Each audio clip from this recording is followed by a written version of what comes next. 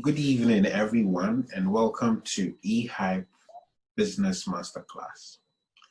Today, we're going to continue with the discussion we had last week, which is how to find your first 100 customers. And this week, we're going to focus on 4 key points. That is in-person interactions, being present, referrals, and then volunteering. But before I do that, I would like us to recap what we did last week. Last week, we talked about 4 key questions that anyone who is trying to get his or her first 100 customers will have to ask himself. And the first question was the what question. Now, the what question helps us to understand the product or service that we have as a business and how that product or service is going to benefit the person we are trying to get to buy. So it has to do with you just being able to know everything you need to know about your product. That is what the what question answers. Now, the second question is the who question.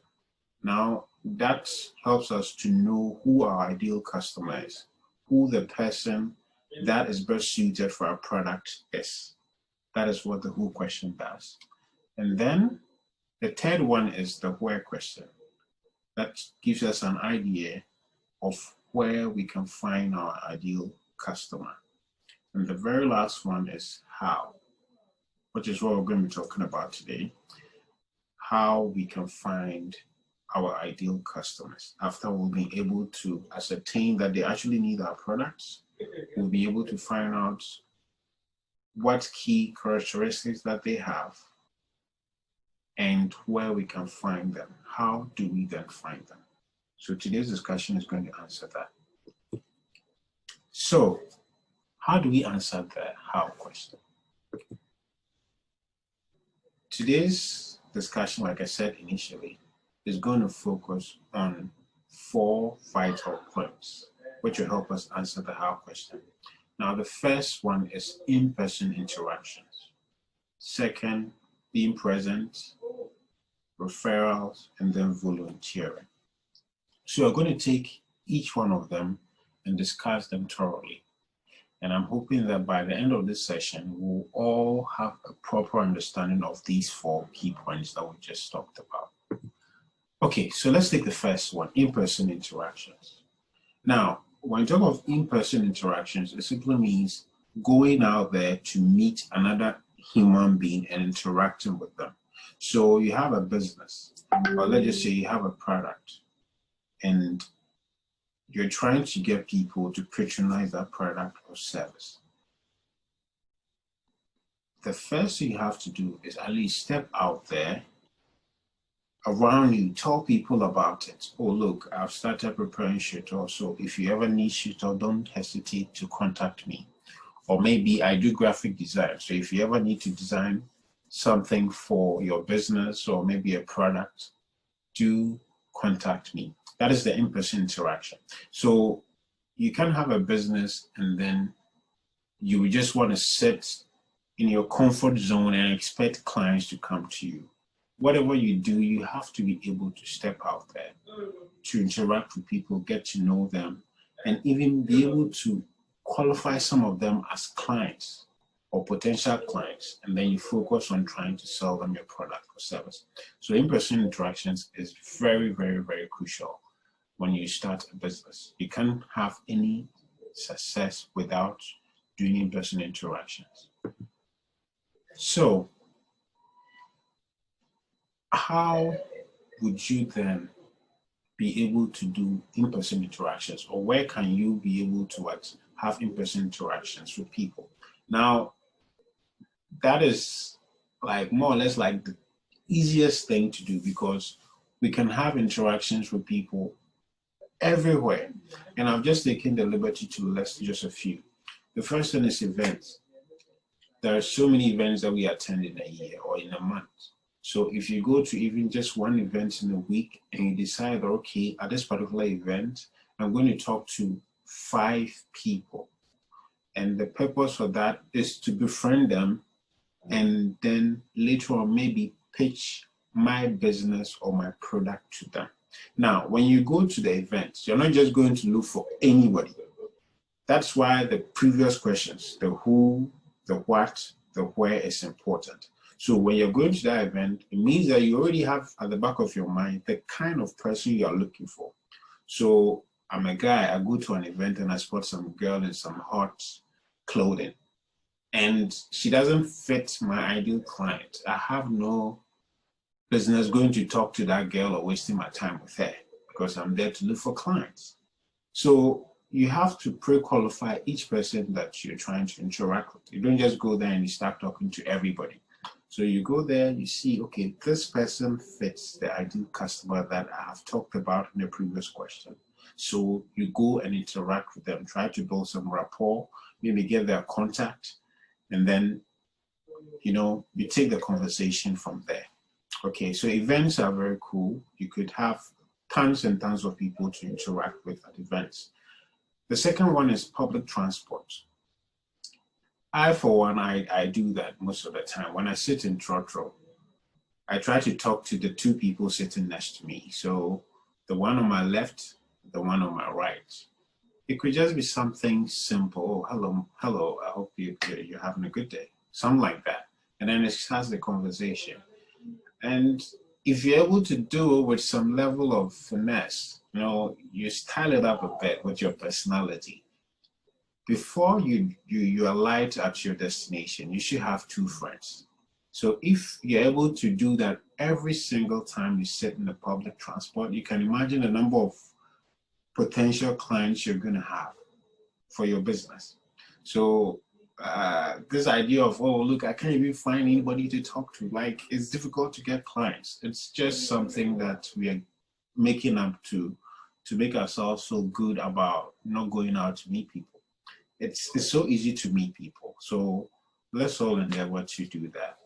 And whether you're a Christian or a Muslim, you go to a place of worship, there are people there. You can interact with them. You get it, interact with them, try to become friends with them. Now, the bottom line is not selling your business or your product to them at that particular point. You can't sit in a trotro and you want to sell something immediately for the person to say yes, which is very impossible. It's possible, but then it's very difficult to do that. And it's a bit pressured sales, which is nobody wants to be pressured to buy anything. So your initial contact should always focus on being friends with them and find another way to contact them later. So if it is a trotro arrangement, you try to get the person's number so that you can talk after you are liked. If it is a church setting and you feel that you might not meet the person again, try to get that contact. But if it is a church and you know that the person will always come, just build a rapport. Start it maybe 2 weeks, 3 weeks into the church, into the month. You have a friend, and then you can tell, oh, look, I prepare shito, so maybe when you need shito, just feel free to contact me. Oh, well, how do I get your number? Then you give the person your number. You have a business right there. So we have to use some level of finesse when we are trying to do these things. We have bars, restaurants, we have the gym, we have hotels, hostels, those of you on campus, shopping malls. You don't just go to a crowd and then eat pizza and then walk away. Try to find some business. Okay, meet new people. There are a lot of people in the mall. So if you go there and you have your pre-qualified, your client, a picture of your client mentally in your head. When you spot them, you don't know, this is the person I'm looking for. You find a way to interact with them and then you build your business that way. So these are a few. There are a whole lot of places you can meet people and have in-person interactions with. But I just took the liberty to list these few so that it gives you an idea of what you should be looking out for.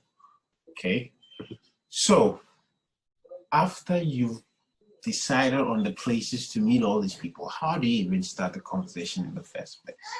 Now, I know that a lot of us, I for one, I'm shy.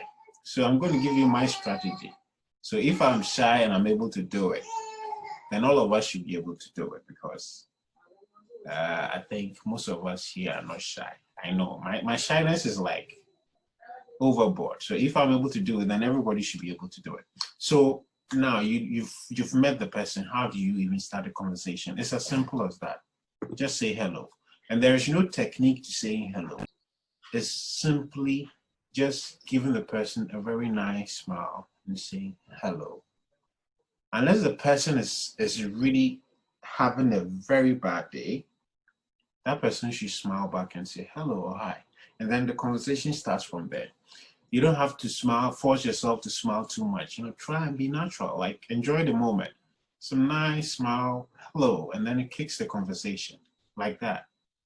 Before you finish, before you alight at your destination, you should have somebody that you should have person's contacts. You get it? So saying hello is the first step.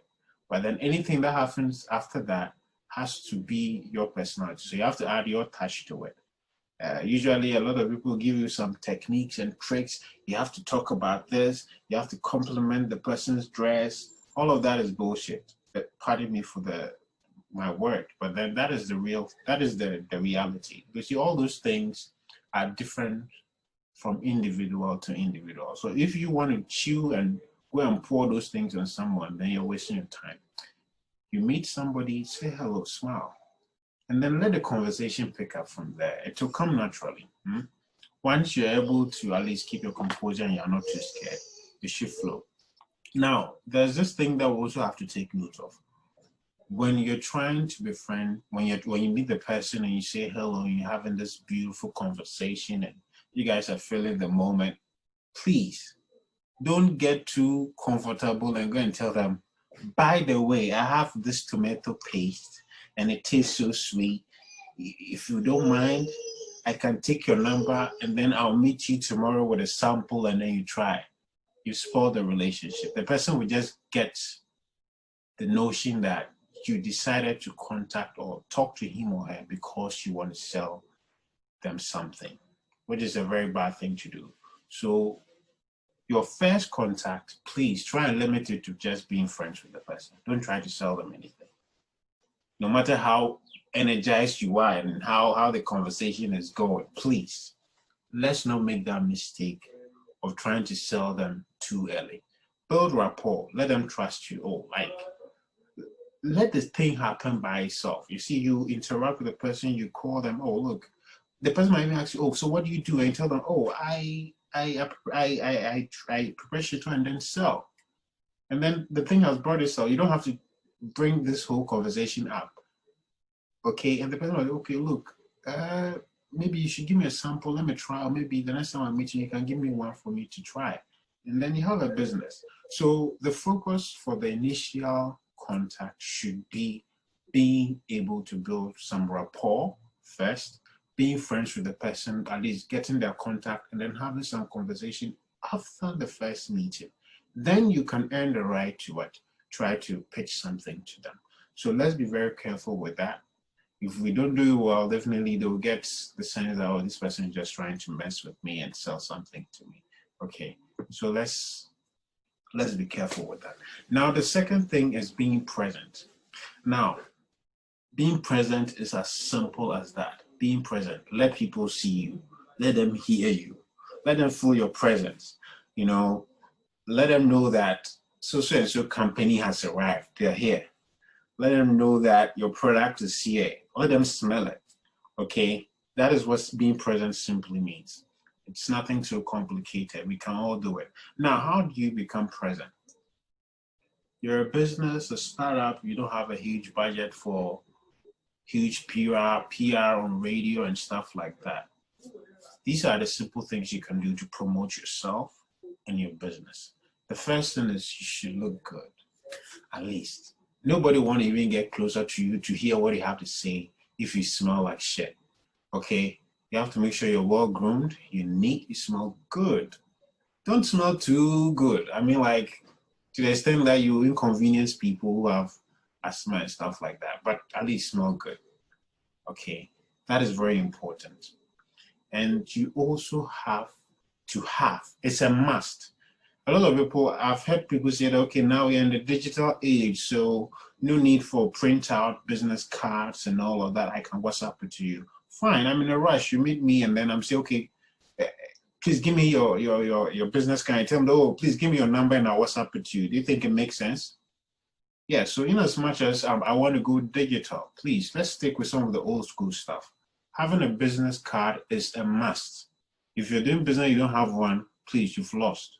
So going forward, let's all try to get a neat, nice, get a professional to design a business card for you. Don't go and sit and design some funny thing yourself. You hand it to the person looks at it and say, Kai, this thing, you know, like, please, let's try it. It wouldn't cost so much. You get a professional to design a nice business card for you, print it nicely, you know, case it nicely. When you're going, you have a few with you. When you pick the business card and you're handing it to the person should feel the brand.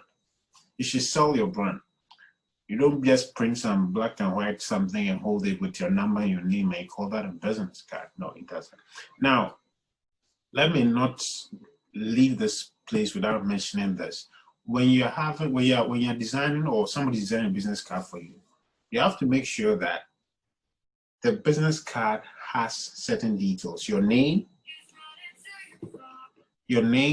position isn't so important. Your name, your contact, your email, your location if you don't have, don't bother yourself to put any wrong location there. It should also have, most importantly, your products, your services. So rewrite.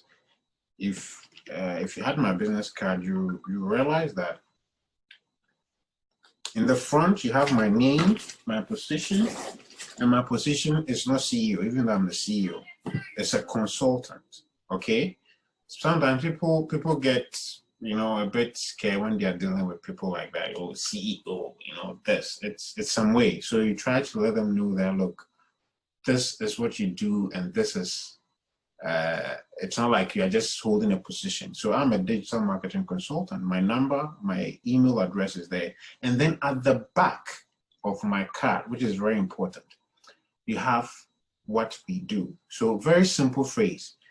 We empower businesses to take full advantage of the internet through innovative technology, artificial intelligence, and creative marketing, a digital marketing initiative. Simple. So the person takes this card, reads, okay, this is what they do. He doesn't have to ask so many questions. And then right under that, I have some of the services that we offer under this broad description. So we have online branding, web design and development, content marketing, search engine optimization, social media marketing, app and software development. So if you give a card like this to someone and the person even forgets the conversation that you had, but he has the card, and then maybe a week or two into your meeting, he picks the card. He doesn't have to call you to ask you, okay, what did you say you do again? That would mean that you did very bad PR for yourself. So please make sure that your card is communicating enough about your business. Don't load it with so many descriptions and information though, but at least the salient ones should be captured in there. So yes, the business card, very important. We should all try and get some. Now, the next point is attend events in branded shirts. I do that all the time. There's no way you invite me to an event which doesn't have a dress code and I wear a normal shirt. I'll definitely wear my rewrite group, Lacoste, dress nicely and come there. So that when I come there, people see that yes, rewrite has arrived. Mostly I go to these events alone, but then I still try to represent. So maybe somebody might take a video, a picture, and then the rewrite logo will pop out. It's doing PR for my business. Okay, somebody might see you wearing the shirt and even ask you, okay, hey, but rewrite, what do you do? Do you guys sell tomatoes or something like that? And then I take the chance to what? Tell the person about my business. So that thing is very important. If you don't have a branded shirts, please try and get it. It's not expensive. You can get t-shirt for 10 CDs. Screen print, how much is it? 5 CDs, 2 CDs, you can get that done. Just print like 3. Wash them neatly. When you have an event, wear it with your brand. Go and represent. They'll ask you questions saying, tell them about your business. Before you know it, before you even leave there, you might have 1 or 2 people saying, okay, look, I think I like what you do. Please let me get your number. I'll call you later for business. That is how you make business. But you don't just go there dressing your African wear and something like that. Yes, even though I'm saying this, if you're going to an event that is asking you to wear some kind of clothing, or they have costume, they have they've described what you should wear. Please don't go and wear your branded shirts. But all I'm saying is that if the event doesn't specify what you should wear, don't go there in any other thing aside your branded shirts. Okay, very important. That's a lot of magic if you try it. Now, the next one is participate in community events and programs. So you see that there's some cleanup exercise. Don't mind, wear your t-shirt, go and stand there, you to clean some. Okay, let them see you in the t-shirt. Some people might do that, even take some videos. They might see some rewrite guy is also cleaning. Yeah, it means that the company is there. You get it? Please, let's do this. Because look, as entrepreneurs, if we're sitting for somebody to promote us, we are going to be broke forever. We have to be our own, cheerleaders. We go out there, make all the noise. Because if we don't do it, nobody's going to do it for us. It is after we'll be able to do it and we are growing that people will now tend to recognize us and say, okay, oh, I like what this guy is doing. Maybe I'll promote him on my platform, or maybe I'll like to interview him, or I'll like to do that. But if you start out, nobody gives a damn about you. You have to prove yourself. Then people can start to recognize you and then what? Give you the mileage that you need. I think we are all lucky that at least my company will be able to start Enterprise Hype. We want to promote all of us. But even though Enterprise Hype is there to help, let's use all these other avenues that are available to us to promote ourselves. Okay? All right.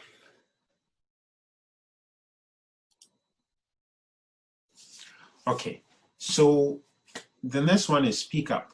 So when you go for these events and they open for people to ask questions, please don't sit there silent. Try and say something. At least ask, but don't go and ask stupid questions anyway. But at least try and find something, meaningful and ask. So at least your voice can be heard. And usually this is how I want to do it. I like to do it. When they call me to ask the question or maybe make a comment, I get up boldly. My name is Clement H. Holloway. From my company name comes loudly enough for everybody to hear, so that I can be properly represented. You get it? So that alone is giving you PR. So let's try and, when you go to event, don't go and sit there quietly. They say, oh, please, anybody has a question and stuff like that, I just there, but nobody recognizes you. Don't do that. Let's make use of that opportunity, okay? All right. So the next one is take up a wedding course and make it your CSR. That is, so for WeWrite, let me just give an example. We like to promote entrepreneurs. That is our corporate social responsibility. So everything that we are doing is to help grow the African entrepreneur ecosystem. That is our CSR. I don't know what you are passionate about. Take that up and start working on it. You don't have to have a huge budget. When we started Enterprise Hype in 2017, we didn't have anything. I didn't have an office. I was living in a single room apartment, but I still started anyway. And by God's grace, today we are growing.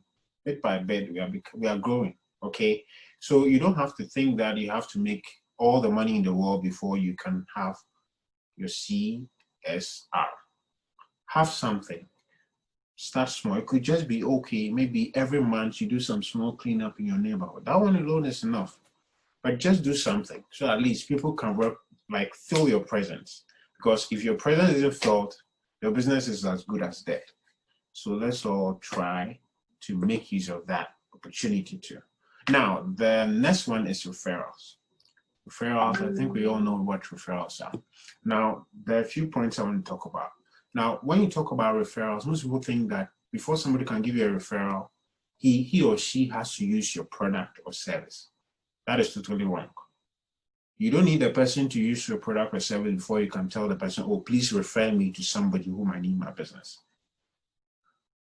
Whether the person has used it or not, once they know you and they trust that you can deliver, you have no right sitting down and waiting for them to, oh, when will you like me to serve you? Before, you, even though you've not served the person, please ask them. They know you, they trust you. Ask them to introduce you to other people who need your service. So These two things can just help. So now we're in digital age. We all have flyers for our businesses. So just tell the person, oh, please, I have these 3 flyers. You send them to them and tell them, oh, you hope that you don't mind, sharing it with some of the contacts that they feel that they will need it. They are their friends. They know them. They know that this person has started this business here, probably needs a website. So he'll need your service. Push it to them. Maybe this person needs to design a logo. He has some funny logo she saw some time ago. So she feels that maybe she might need you to design a proper logo for her. She will send it to the person. You get it? But you have to ask in a nice way. Don't just push it to the person like some people do to me. And then they'll send the thing. Clem, kindly kindly send it to your contacts for me, okay? And I'll just answer okay, but I don't get anything done. So let's try to be polite. We ask, and then we don't pressure them. We just ask, and we entreat them to do that for us, okay? All right. So that is it for referrals. That is as simple as that. It's not anything big. The last thing is volunteering. I think I hit on that last week, and I want to hammer on that this week. I have this friend, I think she's on the platform, Emanuela. She got a lot of her business by volunteering. And how did she do that? 5 ways to volunteer. Free service.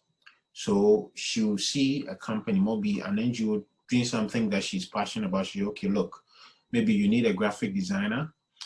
I'm willing to offer myself as a graphic designer for free.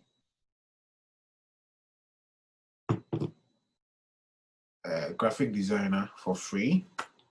And they'll definitely say yes. Most of them will say that, yes, they're okay with it. And then as you are doing that, what are you doing? You are building a portfolio. So all the work that you're doing for them, you're adding it to your portfolio. These are things that you've done. And if you're lucky and then the organization is also doing well and people are recognizing them, and now they see that, okay, this person is the one handling this, they tend to feel that you are not cheap, or maybe like you must really be good at what you do, because serving these people, definitely are charging them. They will not know that you volunteer.